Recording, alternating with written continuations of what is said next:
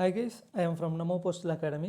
Namo Postal Academy இந்த கிளாஸில் நம்ம என்ன பார்க்க போகிறோம் அப்படின்னு பார்த்தீங்கன்னா ஃபாரின் போஸ்ட் மேனுவலில் இருக்கக்கூடிய சில பேசிக்கான டெஃபினேஷன்ஸை இந்த கிளாஸில் பார்ப்போம். ஆல்ரெடி நம்ம பிஓ கைட் பார்ட் 2ல் universal postal union, Asian Pacific postal யூனியனை பற்றியெல்லாம் பார்த்துருக்கோம். அது எப்போ ஃபார்ம் ஆச்சுன்றது எல்லாமே அந்த பிஓ கைட் பார்ட் 2லேயே சொல்லியிருக்கோம். அதனால் இந்த ஃபாரின் போஸ்ட் மேனுவலில் அந்த ஃபார்மேஷனை பற்றி சொல்லாமல், எப்போ ஃபார்ம் ஆச்சுன்ற டீட்டெயில்ஸை சொல்லாமல், அதில் மென்ஷன் பண்ணாத பாயிண்ட்ஸை மட்டும் இதில் சொல்லியிருக்கேன். The aim of Universal postal Union is to secure the organisation and improvement of various postal services. அதாவது போஸ்டல் சர்வீசஸ் இம்ப்ரூவ் பண்ணுறதும் அந்த யூனிவர்சல் போஸ்டல் யூனியனுக்கான ஆர்கனைசேஷனை செக்யூர் பண்ணுறதும் தான் யூனிவர்சல் போஸ்டல் யூனியனோட எய்ம்னு சொல்கிறாங்க. A central office called International Bureau, headed by Director General, functions at Bern under the general supervision of the government of Swiss Confederation. அதாவது இந்த Universal postal யூனியனோட ஹெட் குவார்ட்டர்ஸே Bern ஸ்விட்சர்லாந்தில் இருக்குது. அதில் central office called internal bureau international பீரோன்றது தான் அந்த யூனிவர்சல் போஸ்டல் யூனியனோட சென்ட்ரல் ஆஃபீஸ்.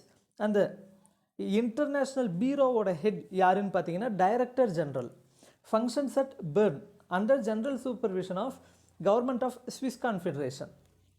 அதாவது ஸ்விட்சர்லாந்தோட கவர்மெண்ட் தான் அதை சூப்பர்வைஸ் பண்ணுது. அங்கே இருக்கிறதுனால, ஸ்விட்சர்லாந்தில் இருக்கிறதுனால இந்த யூனிவர்சல் போஸ்டல் யூனியனை சூப்பர்வைஸ் பண்ணுறதும் கவர்மெண்ட் ஆஃப் ஸ்விஸ் கான்ஃபெடரேஷன் தான். அந்த சென்ட்ரல் ஆஃபீஸோட ஹெட் இன்டர்நேஷ்னல் பீரோவோட ஹெட் யாருன்னு பார்த்தீங்கன்னா டைரக்டர் ஜெனரல். அந்த இன்டர்நேஷ்னல் பீரோன்றது ஸ்விட்சர்லாந்தில் பெர்னில் தான் இருக்குது. The constitution is the basic act of the Universal postal Union. இந்த யூனிவர்சல் போஸ்டல் யூனியன்லேயும் கான்ஸ்டியூஷன், இப்போ ஒவ்வொரு கண்ட்ரிஸ்க்கும் எப்படி சட்டம் இருக்கோ அதே போல் யூனிவர்சல் போஸ்டல் யூனியனுக்கும் ஒரு சட்டம் இருக்குது. அதுதான் அந்த யூனிவர்சல் போஸ்டல் யூனியனோட பேசிக் ஆக்டாகவும் இருக்குது. India signed 2 optional agreements of Universal postal Union. Already நம்ம பிஓ கைட் பார்ட் 2ல் பார்த்துருப்போம். இந்த யூனிவர்சல் போஸ்டல் யூனியனில் இருக்கக்கூடிய ரூல்ஸ் எல்லாம் பார்த்தீங்கன்னா லெட்டர் போஸ்ட் சம்மந்தமாக இருக்கும், எல்லா கண்ட்ரிஸ்க்கும் காமனானதாக இருக்கும்.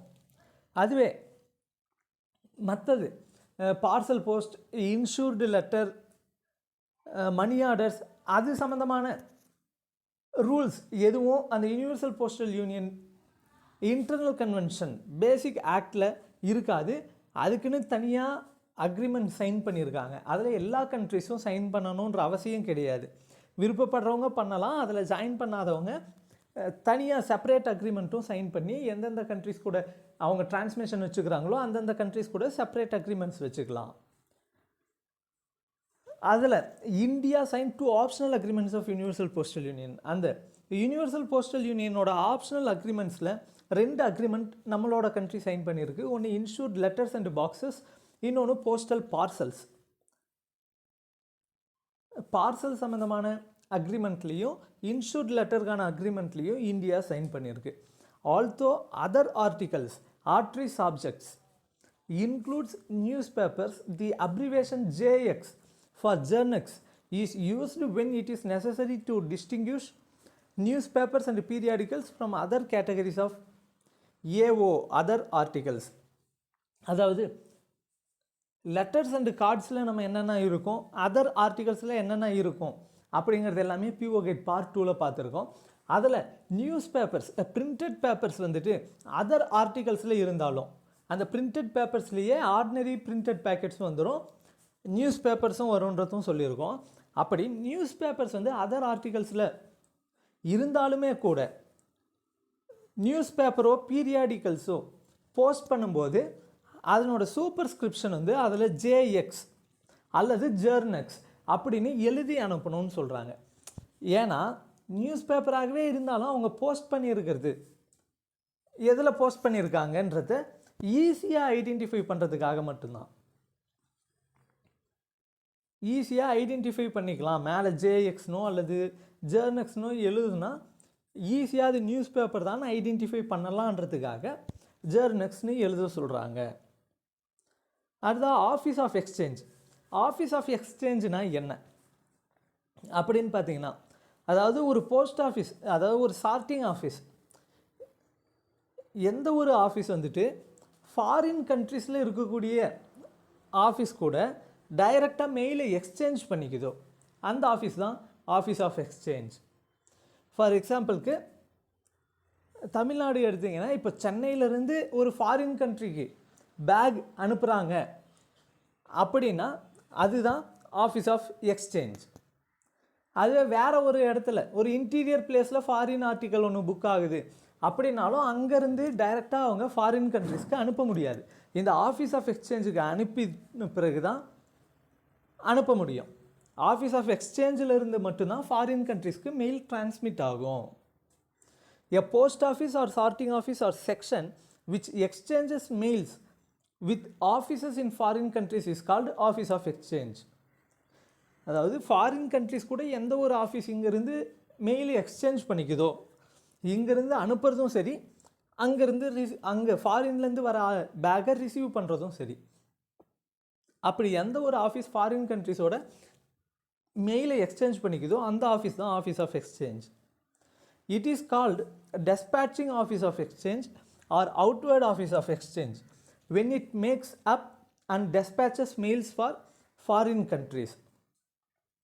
அதாவது இந்தியாவிலிருந்து ஃபாரின் கண்ட்ரிஸ்க்கு மெயிலை அனுப்புச்சுன்னா அந்த ஆஃபீஸ் நேம் என்னன்னா dispatching office of exchange or outward office of எக்ஸ்சேஞ்சுன்னு சொல்கிறோம்.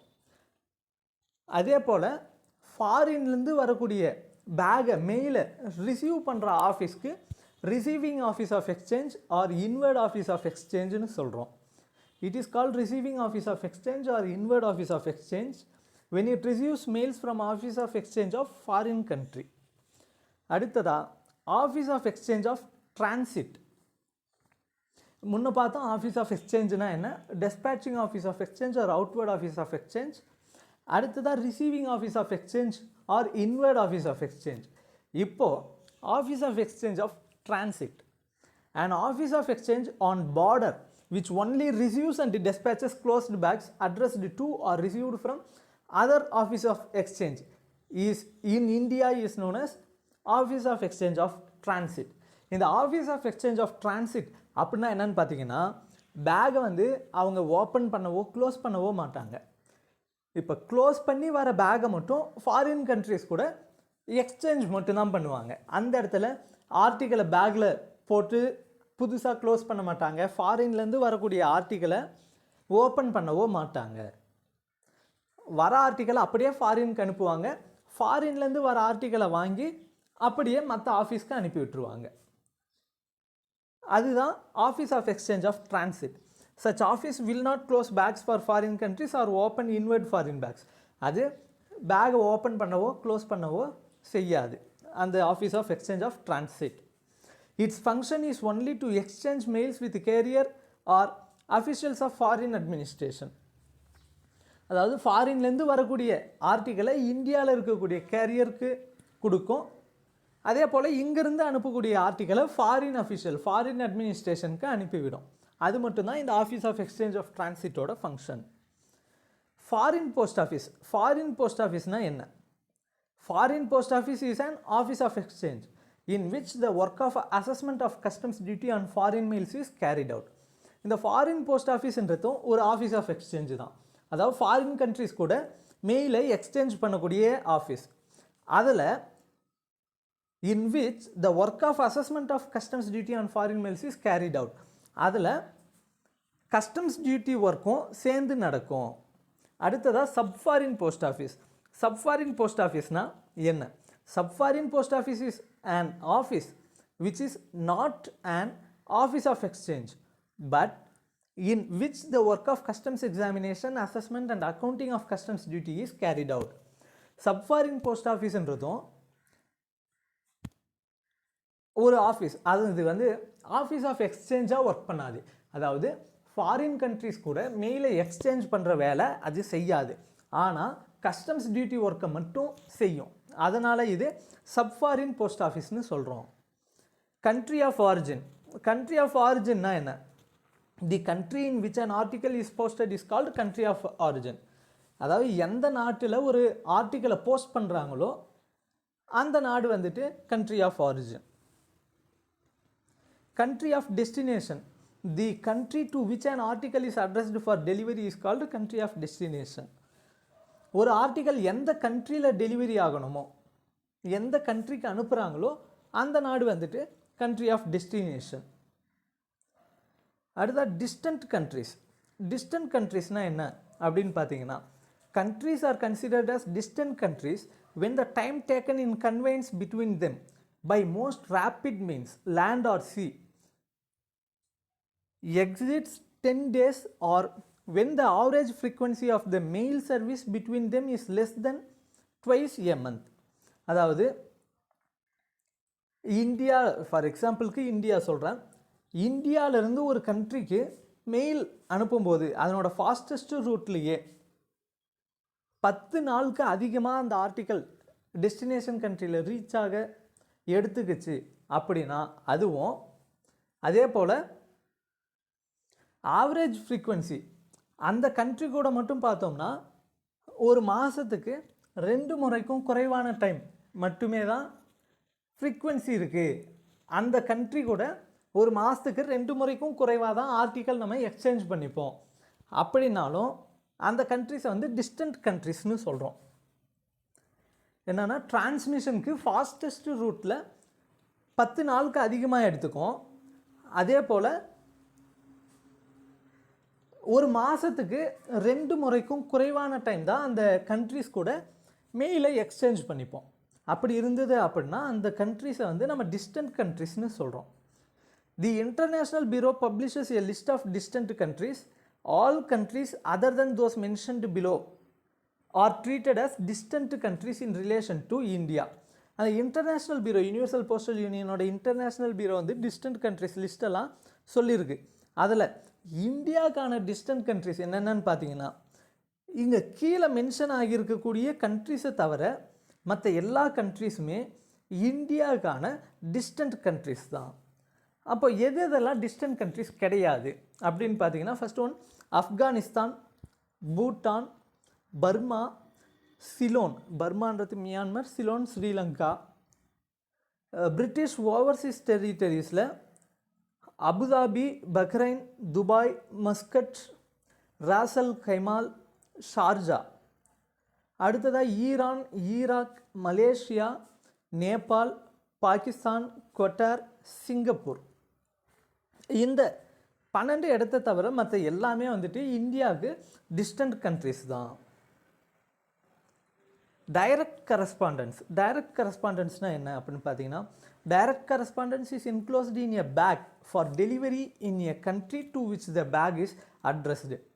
அதாவது ஒரு கண்ட்ரியிலிருந்து இன்னொரு கண்ட்ரிக்கு டைரக்டாக பேகை அட்ரஸ் பண்ணியிருந்தாங்க.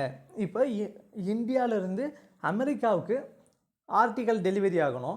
அப்படி இருக்கும்போது இந்தியாவிலேருந்து டைரெக்டாக அமெரிக்காவுக்கு பேக் போயிடுச்சு, நடுவில் வேறு எந்த இடத்துக்கும் போகாமல் டைரெக்டாக அமெரிக்காவுக்கே பேக் போயிடுச்சு அப்படின்னா அந்த பேக் தான், அந்த லெட்டர்ஸ் உள்ளே இருக்கக்கூடிய லெட்டர்ஸ் தான் டைரக்ட் கரஸ்பாண்டன்ஸ்னு சொல்கிறோம். Closed transit mail or transit in closed mail அப்படின்னா என்ன? when a mail is sent in transit through a country other than that to which it is addressed. அதாவது நம்ம ஒன்று டைரக்ட் கரஸ்பாண்டன்ஸ், அப்படி டைரக்ட் கரஸ்பாண்டன்ஸாக இல்லாத எல்லா ஆர்டிக்கலும் க்ளோஸ்டு டிரான்சிட் மெயிலில் தான் வரும். இப்போ இந்தியாவிலேருந்து அமெரிக்காவுக்கு ஆர்டிக்கல் அனுப்புகிறோம், அது டைரெக்டாக அமெரிக்காவுக்கே போகணும், அனுப்பிட்டோம் அப்படின்னா அது டைரக்ட் கரஸ்பாண்டன்ஸ். அதுவே டைரெக்டாக அமெரிக்காவுக்கு அனுப்பாமல் வேற ஒரு கண்ட்ரிக்கு போயிட்டு அங்கேருந்து அமெரிக்காவுக்கு போச்சு அப்படின்னா அது க்ளோஸ்டு டிரான்சிட் மெயில்னு சொல்கிறோம். அதையே டிரான்சிட் இன் க்ளோஸ்டு மெயில்னு சொல்கிறோம். அதுதான் a decouvert mail or mail in transit a decouvert. அப்படின்னா என்ன? டிகோவர்ட் மெயில்னா என்ன அப்படின்னு பார்த்தீங்கன்னா, postal articles enclosed in a bag for a country other than to which it is addressed or set to be forwarded a decouvert. அதாவது முன்ன closed transit மெயிலுக்கும் இந்த டிகோவர்ட் மெயிலுக்கும் இருக்க டிஃப்ரென்ஸ் என்னன்னு பார்த்தீங்கன்னா, இப்போ அமெரிக்காவுக்கு நம்ம ஒரு ஆர்டிக்கல் அனுப்பும்போது அது வேற ஒரு கண்ட்ரி வழியாக தான் போகும் அப்படின்னா அது க்ளோஸ்டு டிரான்சிட் மெயில். அதே டிகோவர்ட் மெயிலுன்றது நம்ம அமெரிக்காவுக்கு தான் ஆர்டிக்கல் அனுப்புகிறோம், ஆனால் அதை தெரியாமல் இங்கிலாந்துக்கான பேக்கில் போட்டுட்டோம், தவறாக போட்டுட்டோம். அப்படின்னும் போது அதை என்ன சொல்கிறோம்னா டிகோவர்ட் மெயில்னு சொல்கிறோம். Postal articles enclosed in a bag for a country other than to which it is addressed. நம்ம இதில் மிசன்ட் ஆர்டிக்கல் எப்படியோ அது போல் இது டிகோவர்ட் மெயிலுன்றது. They are also refer to as mails sent in open transit. அந்த டிகோவர்ட் மெயிலை நம்ம மெயில்ஸ் இன் ஓப்பன் டிரான்சிட்னு சொல்கிறோம். Intermediary service. இன்டர்மீடியரி சர்வீஸ்னால் என்ன? Any means of communication by land, sea or air belonging to an administration other than that of the country of origin and destination utilized for the conveyance of mails. அதாவது முன்ன mail இன்க்ளோஸ்டு டிரான்சிட்னு சொன்னோம், வேற ஒரு country வழியாக போகும். அதுவே வேற ஒரு கண்ட்ரி வழியாக போகிறதுக்கு முன்னே அந்த ஆரிஜின் கண்ட்ரியில் லெட்டர் புக் ஆகுது, டெஸ்டினேஷன் கண்ட்ரியில் லெட்டர் டெலிவரி ஆகுது. அது ரெண்டுத்துக்கும் இடையில் வேற ஒரு கண்ட்ரி அந்த ஆர்டிக்கலை டிரான்சிட் பண்ணிச்சு, வேற ஒரு கண்ட்ரியோட கம்யூனிகேஷனை எடுத்துக்கிச்சு அப்படின்னா அதை இன்டர்மீடியரி சர்வீஸ்னு சொல்கிறோம். Intermediary service by land.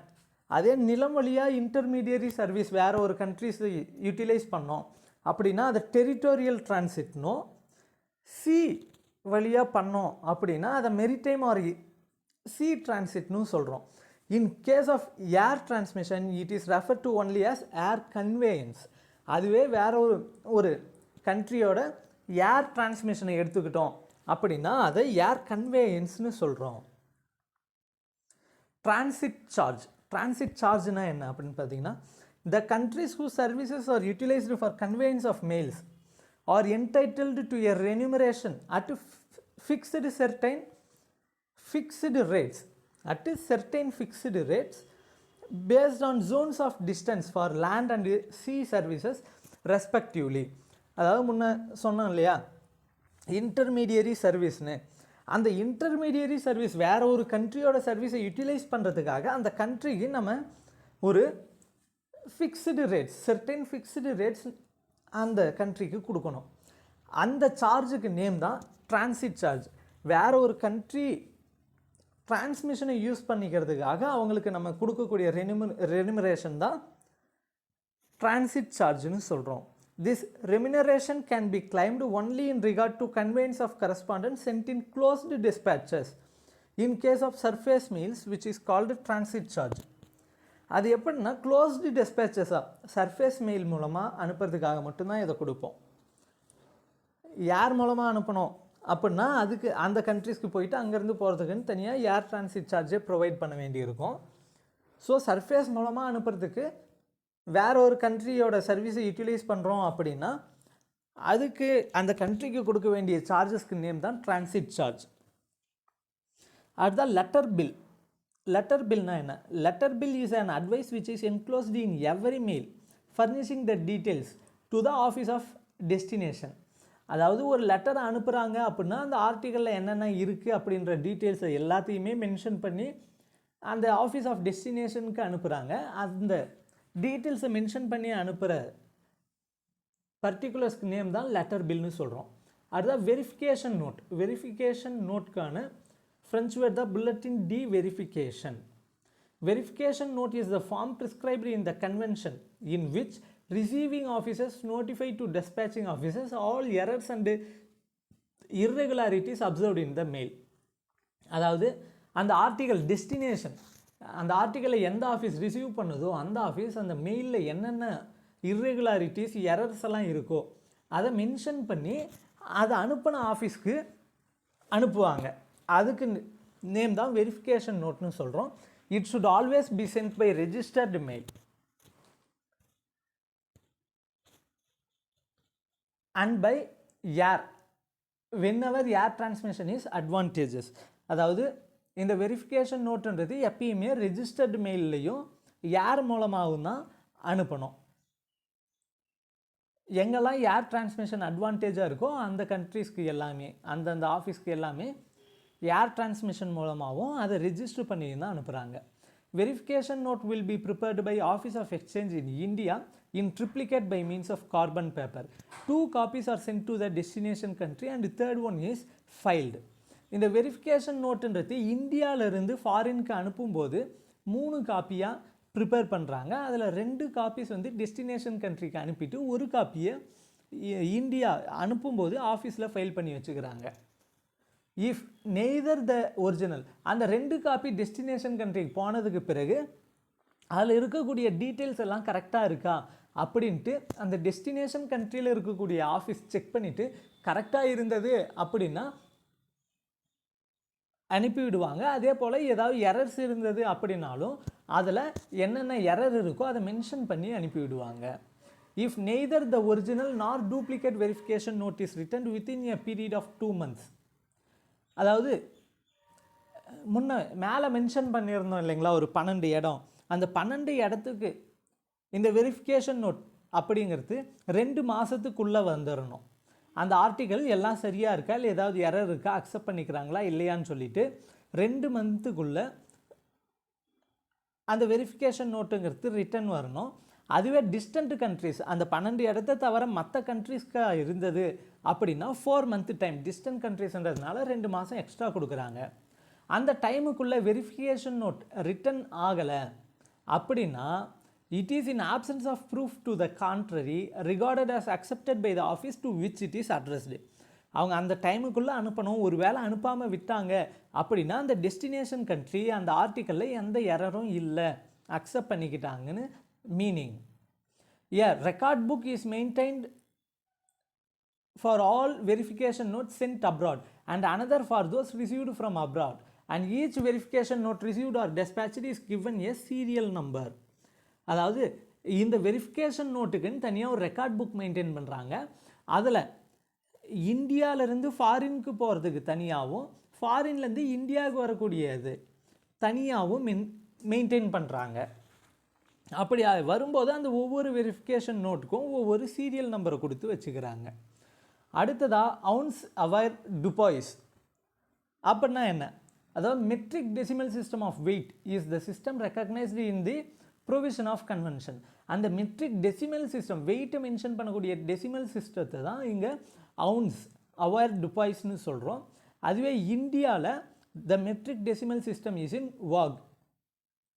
இந்தியாவில் இந்த மெட்ரிக் டெசிமல் சிஸ்டம்ன்றது வாக்ன்ற ஃபார்மேட்டில் இருக்குது. அடுத்த sorting list or circulation list. Sorting list circulation லிஸ்ட்னா என்ன?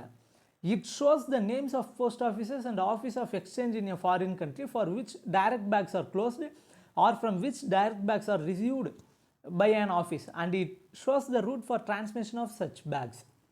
இந்த சார்ட்டிங் லிஸ்ட் சர்க்குலேஷன் லிஸ்ட் அப்படிங்கிறது என்னன்னு பார்த்தீங்கன்னா, அதாவது முன்ன சொன்னோம் டைரக்ட் கரஸ்பாண்டன்ஸ்னால் என்னன்ட்டு. ஒரு கண்ட்ரிலேருந்து டெஸ்டினேஷன் கண்ட்ரிக்கு டைரெக்டாக அந்த மெயில் போயிடுச்சு, ஒரு பேக்கில் க்ளோஸ் பண்ணி டைரெக்டாகவே அனுப்பிட்டாங்க அப்படின்னா அதை டைரக்ட் கரஸ்பாண்டன்ஸ்னு சொன்னோம். அப்படி டைரக்ட் கரஸ்பாண்டன்ஸ் இருக்கக்கூடிய ஆஃபீஸ் ஆஃப் எக்ஸ்சேஞ்சோட நேம், அங்கே இருக்கக்கூடிய போஸ்ட் ஆஃபீஸோட நேம், எந்த கண்ட்ரியோ அந்த கண்ட்ரியில் எந்த ஆஃபீஸோட எக்ஸ்சேஞ்ச் பண்ணி போன்ற நேம்ஸ் எல்லாம் லிஸ்ட் இருக்கும்.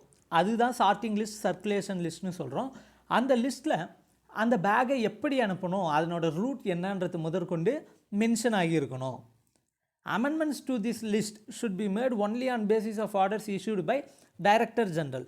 இந்த சார்ட்டிங் லிஸ்ட் சர்க்குலேஷன் லிஸ்ட்டில் டைரக்டர் ஜெனரல் ஆர்டர் பட்டால் மட்டும்தான் எந்தவித கரெக்ஷனாக இருந்தாலும் பண்ண முடியும், அமெண்ட்மெண்ட் எடுத்துகிட்டு வர முடியும். மற்றபடி டிஜியோட ஆர்டர்ஸ் இல்லாமல் எந்த ஒரு அமெண்ட்மெண்ட்டும் அதில் இருக்கக்கூடாது. அடுத்தது சாக் கலெக்டியர்.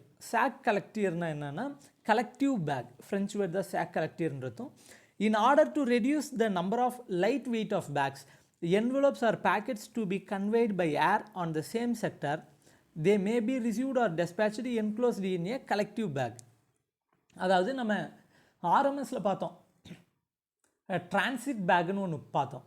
அதாவது நிறைய பேக் இருக்கும்போது அது எல்லாத்தையும் ஒரே பேக்குக்குள்ளே போட்டு க்ளோஸ் பண்ணி அனுப்பினோம்னா அது டிரான்சிட் பேக். அதே போல் தான் இதில் இந்த ஃபாரின் போஸ்டல் மேனுவலில் சாக் கலெக்டிவ் பேக்குன்றது to reduce the number of light weight bags, அதாவது நிறைய லைட் வெயிட் பேக்ஸ் இருக்கும்போது அதை டோட்டலாக ஒரே பேக்குக்குள்ளே போட்டு க்ளோஸ் பண்ணாங்க அப்படின்னா அதுதான் கலெக்டிவ் பேக், சாக் கலெக்டியர்னு சொல்கிறோம். The labels of such bags should bear in bold letters the indication sack collector, and the address of office of destination of bags should be marked on the labels.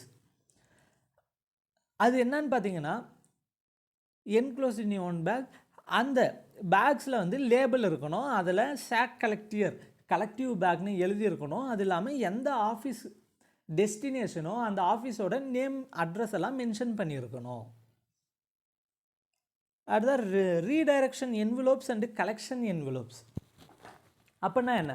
Unregistered correspondence to be redirected to the same person at the new address may be enclosed in special envelopes to be supplied by administrations and on which the name and new address of addressee are to be written. அதாவது ஒரு கண்ட்ரிலேருந்து இன்னொரு கண்ட்ரிக்கு unregistered correspondence redirect பண்ண வேண்டிய நிலைமை இருந்தது அப்படின்னா அதில் எவ்வளோ ஆர்டிகல்ஸ் இருந்தாலும், இப்போ ஒரு 5 ஆர்டிக்கல் அல்லது 10 ஆர்டிக்கல் ஒரே ஒருத்தருக்கு போகுது, அந்த 5-10 ஆர்டிக்கலையும் அவரோட புது அட்ரஸ்க்கு ரீடைரக்ட் பண்ணணும், வேற ஒரு கண்ட்ரிக்கு ரீடைரக்ட் பண்ணணுன்ற சமயத்தில் அவருக்கான அந்த 5-10 ஆர்டிக்கலை ஒரே கவருக்குள்ளே என்க்ளோஸ் பண்ணி ஒரே என்வலப்பில் போட்டு அதை அவங்களோட நியூ அட்ரஸ்க்கு அனுப்பிடுவாங்க. அதை தான் நம்ம இந்த ரீடைரக்ஷன் என்வலப்ஸ்னு சொல்கிறோம். This facility can be availed for redirecting unregistered correspondence addressed to crew and passengers abroad the same ship or to persons traveling as a party. அதாவது ஒரே ஷிப்பில் போகும்போது அது ஃபாரின் கண்ட்ரிக்கு போயிடுச்சு அந்த ஷிப் அப்படின்னும் போது அந்த டெஸ்டினேஷன் கண்ட்ரிலேருந்து நியூ டெஸ்டினேஷன் கண்ட்ரிக்கு அவங்க அனுப்பிவிடுவாங்க. அதே போல் persons travelling as a party, அந்த மாதிரி சமயத்தில் அதில் ட்ராவல் ஆகிற பர்சன்ஸ்க்கும் அதே போல் தான். அதுதான் ரெஸ்ட்ரிக்டட் யூனியன்ஸ். ரெஸ்ட்ரிக்டட் யூனியன்ஸ்ன்றது என்ன? அதாவது நம்ம யூனிவர்சல் போஸ்டல் யூனியனில் இருக்கக்கூடிய எல்லா கண்ட்ரிஸும் ரெஸ்ட்ரிக்டட் யூனியன்ஸ் ஃபார்ம் பண்ணிக்கலான்னு ஒரு கன்வென்ஷன் இருக்குது. அதில் அது எதுக்காக அப்படின்னு பார்த்தோம்னா, இப்போ ஏசியன் பசிபிக் போஸ்டல் யூனியன் ஒன்று பிவோகேட் பார்ட் 2ல் பார்த்தோம். அவங்க எல்லாமே யூனிவர்சல் போஸ்டல் யூனியனில் மெம்பராக இருந்தாலும் நாங்கள் எங்களோட தனி அக்ரிமெண்ட்ஸ் மூலமாக சார்ஜஸை கம்மி பண்ணி வச்சுக்கிறோம். அந்த மாதிரி ரீசனுக்காக அவங்க ரெஸ்ட்ரிக்டட் யூனியன்ஸ் ஃபார்ம் பண்ணலாம். தி convention permits 2 or more member countries to form restricted unions and conclude special agreements among themselves with object of providing better facilities to the public. பப்ளிக்கு பெட்டர் சர்வீஸ் கொடுக்கணும் அப்படின்றதுக்காக இந்த ஸ்பெஷல் அக்ரிமெண்ட்ஸ் மூலமாக restricted யூனியன்ஸை 2 அல்லது அதுக்கு மேற்பட்ட கண்ட்ரியோ சேர்ந்து சைன் பண்ணிக்கலாம். It is on the basis of this provision that inland rates of postage have been adopted between India on one hand and Bhutan, Nepal, Ceylon and Pakistan on another hand. இது அதாவது இதில் சொல்லியிருக்கக்கூடிய அந்த special agreement மூலமாக தான் இந்தியாவிலிருந்து பூட்டான், நேபாள், சிலோன், பாகிஸ்தானுக்கு inland rate postage வந்து இன்லேண்ட் ரேட்டில் போஸ்ட் பண்ணால் போதுன்ற மாதிரி ஒரு அக்ரிமெண்ட் சைன் பண்ணியிருக்காங்க. அந்த மாதிரி மற்ற கண்ட்ரீஸ்லாம் என்னென்ன அக்ரிமெண்ட் சைன் பண்ணியிருக்காங்க அப்படின்னு பார்த்தீங்கன்னா, அதனோட ஹெட் குவார்ட்டர்ஸோட இதில் மென்ஷன் ஆகிருக்கு. Postal union of Americas and the Spain America countries கூட ஒரு போஸ்டல் யூனியன் இருக்குது. அதனோட நேம் தான் postal union of the Americas and Spain. அதனோட ஹெட் குவார்ட்டர்ஸ் மாண்டவிடியோ உருகுவேல இருக்குது. அதே போல் the Nordic postal union, Nordic postal யூனியன்றதில் பாருங்கள், அந்த போஸ்டல் யூனியனுக்கு செப்பரேட்டாக ஃபிக்ஸ்டு ஹெட் குவார்ட்டர்ஸ் கிடையாது. அந்த நார்டிக் போஸ்டல் யூனியனில் இருக்கக்கூடிய countries Denmark, Finland, Iceland, Norway, Sweden, இந்த 5 கண்ட்ரிஸும் ரொட்டேஷ்னல் முறையில் மாறி மாறி சுழற்சி முறையில் ஹெட் குவார்ட்டர்ஸ் மாறிக்கிட்டே இருக்கும்னு சொல்கிறாங்க. அடுத்தா அரப் போஸ்டல் யூனியன், அதனோட ஹெட் குவார்ட்டர்ஸ் கைரோவில் இருக்குது. ஏசியன் பசிபிக் போஸ்டல் யூனியன் பேங்காக்கில் இருக்குது. African and Malagasy postal and telecommunication யூனியனோட ஹெட் குவார்ட்டர்ஸ் பிரேசாவில்லாவில் இருக்குது. ஆஃப்ரிக்கன் போஸ்டல் யூனியனோட ஹெட் குவார்ட்டர்ஸும் கைரோவில் இருக்குது. அதே போல் the European conference of postal and telecommunication administration, European கண்ட்ரிஸ்க்கான யூனியன் பார்த்திங்கன்னா பெர்ன், சுவிட்சர்லாந்தில் இருக்குது. அடுத்தா ட்ரையல் நோட். ட்ரையல் நோட்டுன்றதுக்கான French word bulletin DSI. It is a standardized form C27. இந்த ட்ரையல் நோட்டுக்கான ஃபார்ம் நம்பர் வந்து C27.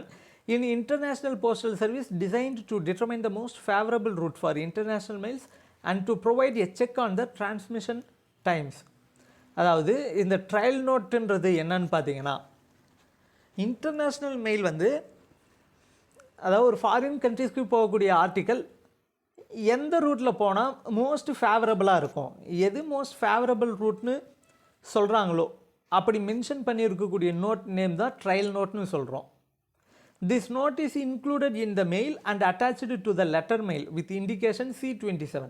அதை வந்து அந்த ஆர்டிக்கல்லையே மென்ஷன் பண்ணியிருப்பாங்க ட்ரையல் நோட்டுன்றதை, இப்படி போனால் ஃபேவரபிள் ரூட் வந்து இந்த ரூட் தான் சொல்லிட்டு அதை ஆர்டிக்கல்லையே இன்க்ளூட் பண்ணி அது மேலே C27 இண்டிகேஷன் போட்டிருப்பாங்க. And attached to the letter bill with indication C27, letter பில்லோட அதை சேர்த்து அட்டாச் பண்ணியிருப்பாங்க. சென்டர்ஸ் ரைட்னா என்ன அப்படின்னு பார்த்தீங்கன்னா, an article belongs to the sender so long as it is not delivered to the rightful claimant except when it is confiscated. அதாவது centres ரைட்ஸ்ன்றது என்னன்னு பார்த்தீங்கன்னா, அந்த ஆர்டிக்கல் டெலிவரி, இப்போ இந்தியாவிலேருந்து ஒரு ஆர்டிக்கலை ஃபாரினுக்கு அனுப்புகிறீங்க அப்படின்னா அந்த ஃபாரினில் அந்த அட்ரஸி அந்த ஆர்டிக்கலை டெலிவரி வாங்குற வர அந்த ஆர்டிக்கலுக்கான உரிமை யார்கிட்ட இருக்குன்னா சென்டர்கிட்ட இருக்குது. அவங்க அதுக்குள்ளே வேணும்னா ரீகால் பண்ணுறதுக்கான ஆப்ஷன் கொடுக்கலாம். அதனால் அதை சென்டர்ஸ் ரைட்னு சொல்கிறோம். Except when it is confiscated, delivery ஆகலைன்றதுனால எல்லா டைமுமா அப்படின்னா கிடையாது. ஒருவேளை அது இன்டர்னல் லெஜிஸ்லேஷன், அந்த ஃபாரின் கண்ட்ரியோட இன்டர்நேஷ்னல் லெஜிஸ்லேஷன் படி அந்த கண்ட்ரி எடுத்து வச்சிடுச்சு, அல்லது அதில் ப்ரோபிட்டட் ஆர்டிகல்ஸ் அந்த கண்ட்ரிஸில் இருக்குன்றதுனால கான்ஃபிஸ்கேட் பண்ணி வச்சிடுச்சு அப்படின்ற சமயத்தை தவிர மற்ற எல்லா நேரத்துலேயும் அது அட்ரஸுக்கு டெலிவரி ஆகிற வர the right belongs to the centre. Delivery ஆகிடுச்சு அப்படின்னா சென்டருக்கும் அதுக்கும் சம்மந்தம் இல்லை, அது அட்ரஸுக்கு போயிடுது. ஒருவேளை கண்ட்ரி டெஸ்டினேஷன் கண்ட்ரி கான்ஃபிஸ்கேட் பண்ணிடுச்சு அப்படின்னா ரெண்டு பேருமே அது பற்றின கிளைம் எதுவுமே கேட்க முடியாது, ஏன்னா அது டெஸ்டினேஷன் கண்ட்ரிக்கு சொந்தமாயிடும் அதுக்கு பிறகு. இவ்வளோ தான் சார் இதில் இருக்கக்கூடிய பேசிக் டெஃபினேஷன்ஸ். இந்த கிளாஸில் நம்ம பார்க்கக்கூடிய பேசிக் டெஃபினேஷன்ஸ் இவ்வளோ தான். யூஸ்ஃபுல்லாக இருக்கும்னு நம்புகிறேன். கண்டிப்பாக வாட்ச் பண்ணுங்கள். தேங்க்யூ.